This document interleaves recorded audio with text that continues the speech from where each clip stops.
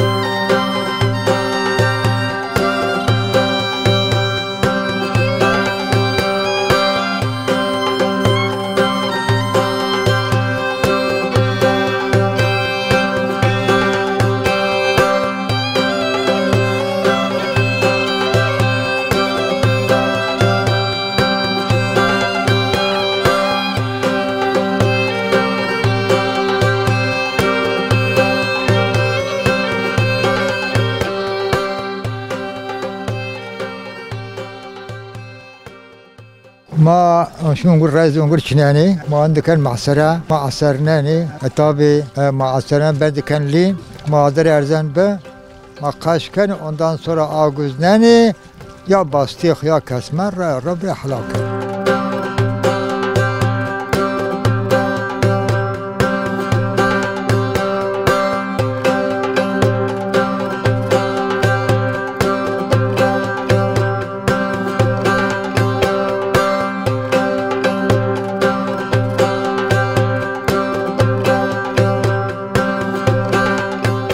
Yani göre kazanma hiç kası. Taberni kesme madde, sonra İstanbul, sonra Ankara, sonra Kur'an, Yuskura.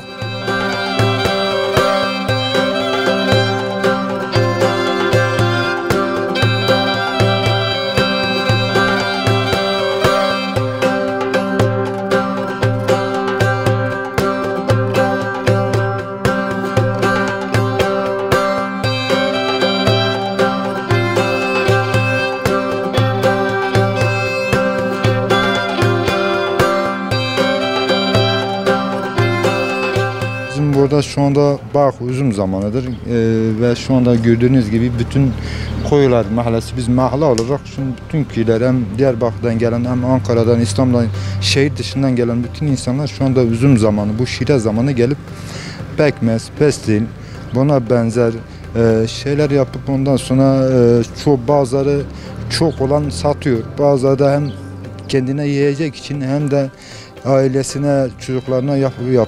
Bazıları da fazla olduğunu tutup satıyor. Ve bu şekilde yaklaşık 15-20 gün bu şekilde devam ediyor.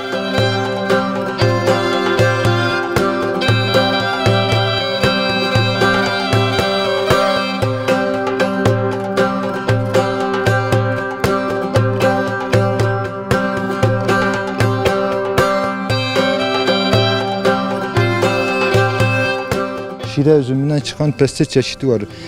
Pestil yapılıyor, kesme yapılıyor, sulu pekmez yapılıyor, katı pekmez yapılıyor. Yani bunun çeşitleri çoktur. Fakat şu anda bu son 3-4 senedir biraz diğer senelere göre az yani. Üzüm eskiden daha çoktu. Mesela biz buradan tutup Bingöl'e, Diyarbakır'a devamlı götürüp eşeklerle, ondan sonra bu son senelerde artık araba çıktığı için arabalarla götürüp satıyorduk. Ama bu son senelerde hastalık oldu diye artık normalde 2 ton 3 ton gelmesi gereken bir bak 100 kilo 200 kilo zor bir üzüm elde edebiliyorsun.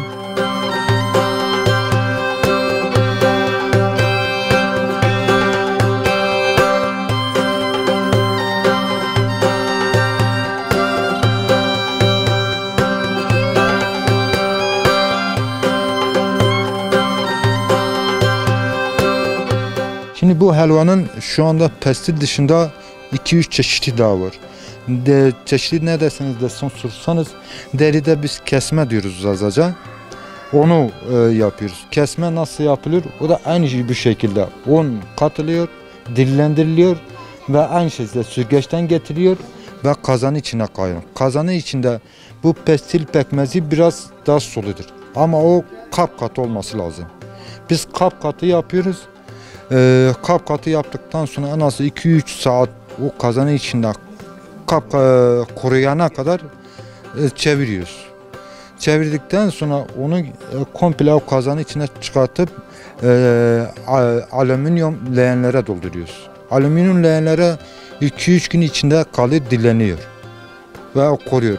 O alüminyum leğenlerin içinde koruduktan sonra biz onu çıkartıyoruz. O leğenlerden temiz evin üstünde temiz bir bez varsa ve kasalar varsa kasaların içinde bıçakla tane tane kesiyoruz, onların üstüne koyuyoruz.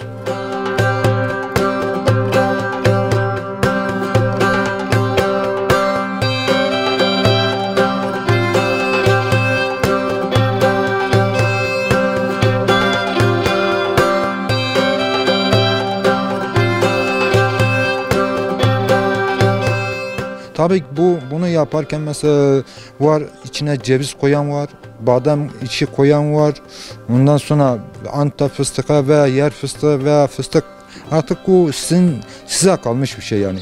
Nasıl bir şey istiyorsanız o şekil yaparsınız. Tabii biz o kasaların üstüne koyduktan sonra bir hafta yakın kasaların üstünde kalması lazım. O kasaların üstünde kaldıktan sonra koruyor. Biz ona biraz un vuruyoruz, onu karıştırıyoruz. Onu vurmamızın sebebi, karıştırmamızın sebebi o kesmeyi oradan kaldırdıktan sonra sonuçta 3-4 ay evde kalacak. İnsanlar yiyecek, çocuklar yiyecek. Onu vurmamızın sebebi o kesmenin yumuşak kalması içindir. Yumuşak kalması içindir. Komple kuruduktan sonra onu vuruyoruz. Büyük bir bidona ve büyük bir kazana koyuyoruz. Evde artık o pekmez, o kesme yemeğe hazırdır.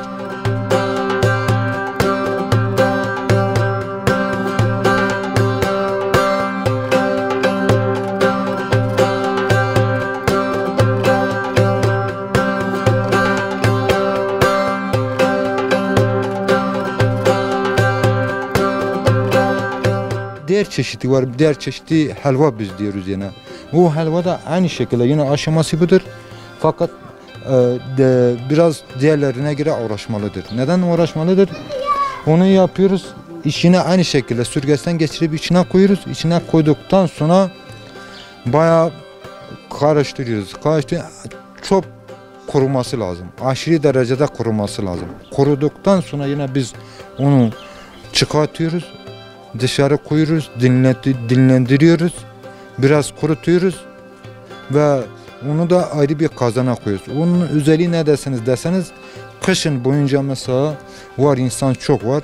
Tutuyor o helvayı, üstüne yumurta koyuyor veya kurutup bir poşetin içine gidiyor, mesela dağa gidecek veya bağa gidecek, tarlaya gidecek, kesme gibi cebine koyuyor. Özellikle kesme mesela sen cebine koyuyorsun, dağa gitsen, nerede gitsen bir nevi cebinde hazır yemektir. İstediğin anda çıkartıp yiyorsun. Helva da ise kışın genellikle burada bu yörede çok bilinen bir şey ve bu yörede çok yapılan bir şey. İnsanlar kışın yumurta vuruyor, onun yanında ayran ve hangi dışarıdan gelen misafirlere öncelikle ilk başta o ikram ediliyor.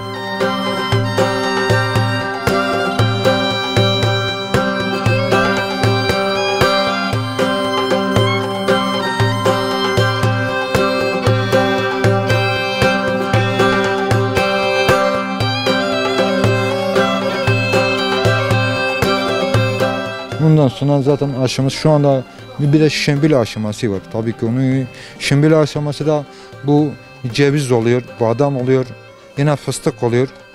O cevizi getiriyoruz, suyun içinde 2-3 gün bekletiyoruz. O ceviz biraz yumuşasın diye. Sonra iple yarım metrelik veya yarım metrelik iplere tek tek bağlıyoruz.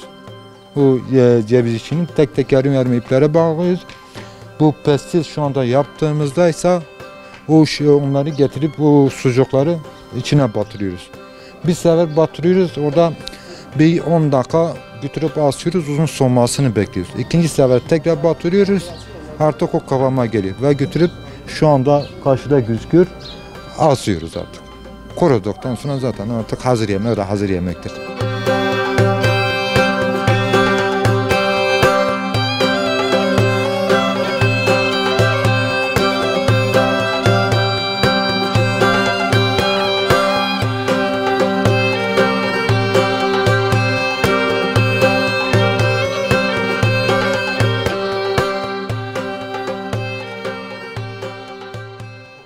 ما رازم قرأ شنو نكيا دكين معسرة ما معسرة جزمونك باكن بالأخناني ما شيري خوين دكين سطلون ما في قازون دوني قازون شيري ما كجريا ما قريب وشات فان كن دكين سطلون دلمش بنو بستغيشون با شيري تميز سرمونن ما شيري خوين فان كن هونا نوارا شهر سطل ما دكني ليه شهر سطل ما دكين تشتون ما تدكين تشتون سمعنا آلزي ما بنا آلزا زازکی که انا آلزا مادکی اوت ما آردن خویده دونی او هیچ تنیه نیوتن آلزا گینی دکن سوزگاش işte elmas süzmüş keni ma bana nasalna niyo که انا nasalya ma ona gini veya liye doni liye de ki giriyasa başta girneş ki ya saat ma girin ortalama saat o niye bağlı ki o ki giriya ma gini ya tayanu lira vejanu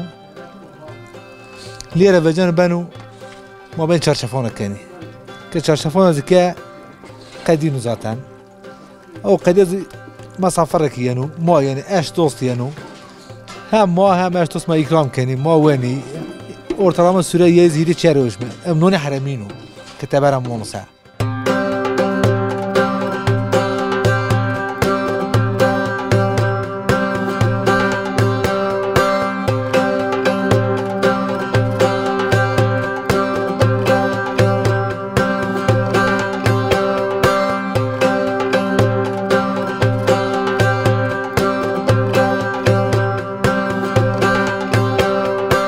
والله ما حريده الشراء ما قرناني قاش كاني الله زافر زين دكاني وما شملوا جوردون برو لقناني و يعني خلاصة اي موج ما بين صنجوق شمللي ما اي ثمات باستيقي تشافورا كان تنتفشاني دتنس بلا كان وش كاني فجاني ترى درا كاني باستيقي ايو تكاني تبان روشاني دي تواني مسافرك بيت دونديا و فایده ایوی زمستون خورد زمستون برین زمستون برینو و یعنی چی کردند önemli ya çike ko mal hazırın.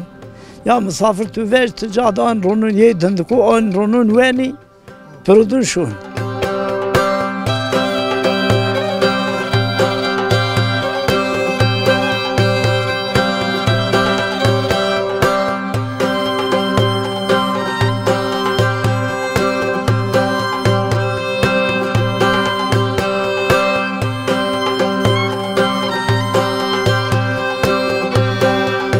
Eskide ungura ma hend zav be hend zav ma gerenan rot bir türlü ne kadar yani. Şu anda enka zav davuz vallahi ungura tazaçine mirdi buru. Ne kısmı kezi yeteri kadar yani asta ya kısım normal ya şekilde o. Onun şiirine mo zav zahmet benu. Yani zav zahmet benu. Ma vaj eğer ki ma bastık beki bestilon bastık ki ma beki en az 7-8 kişi gere mirdim dedi. Yani rahat ne ben. Tiyadayı şey Gera çarşafı tavşu toy peroki toy auta tidi toy koşkisiye yani zav uğraşmalıyım. Bunlara en uz vaş ruş yani nara en kan toy sakta vroş toy sakta hem bakmaz hem bestiliye. Ay sakta o hani merek bunu kiloya ders kağıdı vist kağıdı yine yok gömüşün ey mozine benu ne zanik ma sağlam vroştu ma dürüst vroştu.